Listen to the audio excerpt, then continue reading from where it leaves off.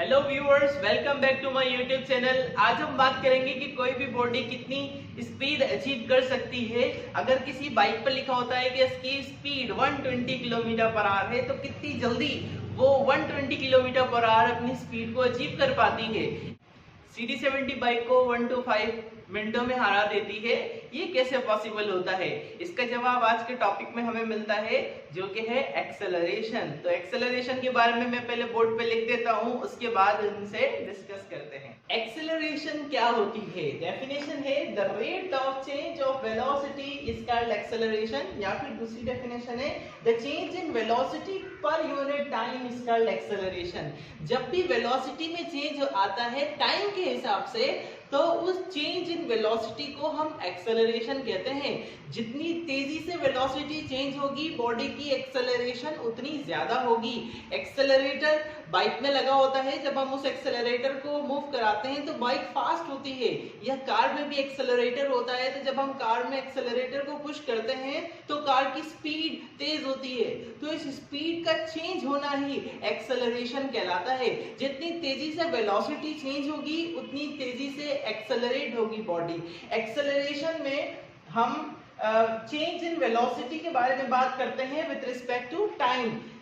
जब भी velocity change होती है, तो पहले जो वेलोसिटी होती है उसको हम इनिशियल वेलोसिटी यानी कि VI कहते हैं, और बाद में जो वेलोसिटी होती है उसको हम VF यानी कि फाइनल वेलोसिटी कहते हैं। तो चेंज कैसे निकालते हैं? अगर एक कार की स्पीड है 10 मीटर पर सेकेंड और उसकी स्पीड एक सेकेंड बाद हो गई 15 मीटर पर सेकेंड, 10 मीटर पर सेकेंड की स्पीड से 15 मीटर पर सेकेंड की स्पीड हो गई कार की, तो कितनी चेंज हुई?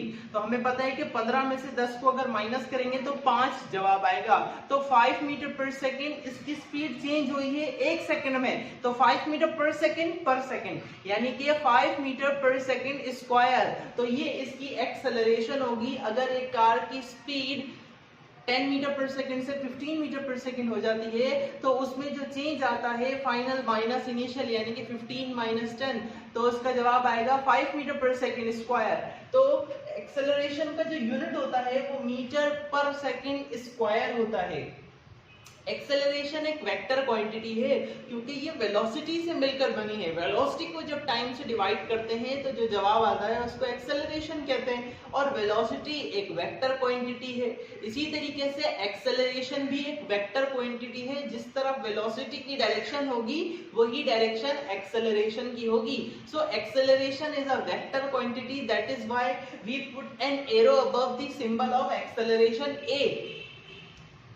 जब भी स्पीड कम होती है यानी कि बॉडी स्लो डाउन होती है, तो उसकी एक्सेलरेशन नेगेटिव आती है। यानी कि अगर एक बॉडी की पहले से ही वेलोसिटी है 20 मीटर पर सेकेंड, उसके बाद उसकी वेलोसिटी हो गई 18 मीटर पर सेकेंड, तो फाइनल माइनस इनिशियल, फाइनल है 18 और इनिशियल है 20, तो 18 माइनस 20 इज इक्वल टू -2। तो जवाब नेगेटिव आता है। जब फाइनल वेलोसिटी छोटी हो और इनिशियल वेलोसिटी बड़ी हो, दोनों को माइनस करेंगे अगर फाइनल माइनस इनिशियल, तो उसका जवाब नेगेटिव आता है। और नेगेटिव एक्सेलरेशन का मतलब ये है कि बॉडी स्लो डाउन हो रही है।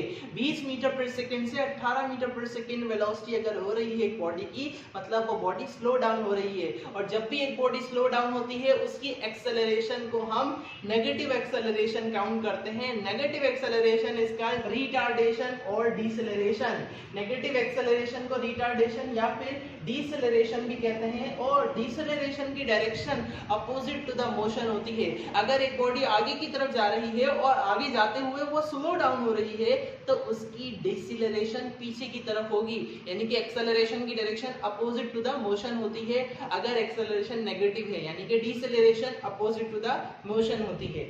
और एक्सेलरेशन की टाइप्स कितनी होती है?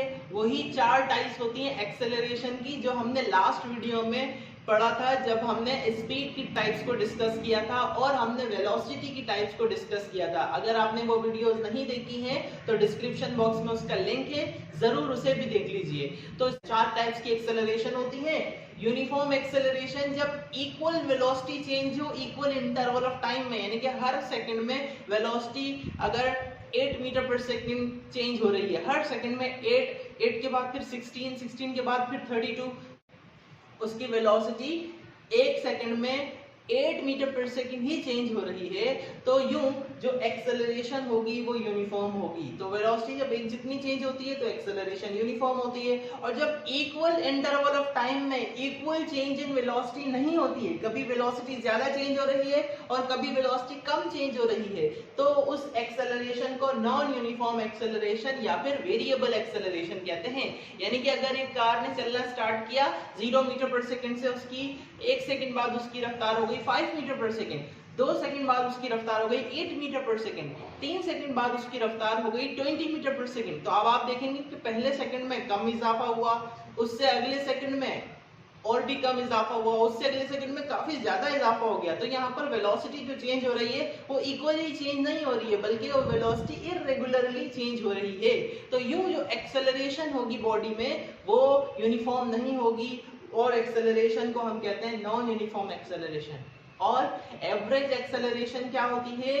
Total change in velocity divided by total time is called average acceleration.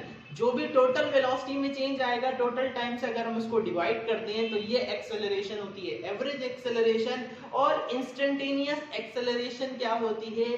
किसी भी मोमेंट पर जब बहुत स्मॉल इंटरवल ऑफ टाइम में अगर हम वेलोसिटी का चेंज मालूम करेंगे, बहुत छोटे टाइम के लिए जब वेलोसिटी चेंज होती है, उस मोमेंट पर जो बॉडी की एक्सेलरेशन होती है उसे हम इंस्टेंटेनियस एक्सेलरेशन कहते हैं। तो ये एक्सेलरेशन की टाइप्स हैं, और हमने आज एक्सेलरेशन की डेफिनेशन पढ़ी, फॉर्मूला पढ़ा, यूनिट पढ़ा और उसकी टाइप्स को भी डिस्कस किया। So this is it for today. See you in the next video. Till then take care. Good bye.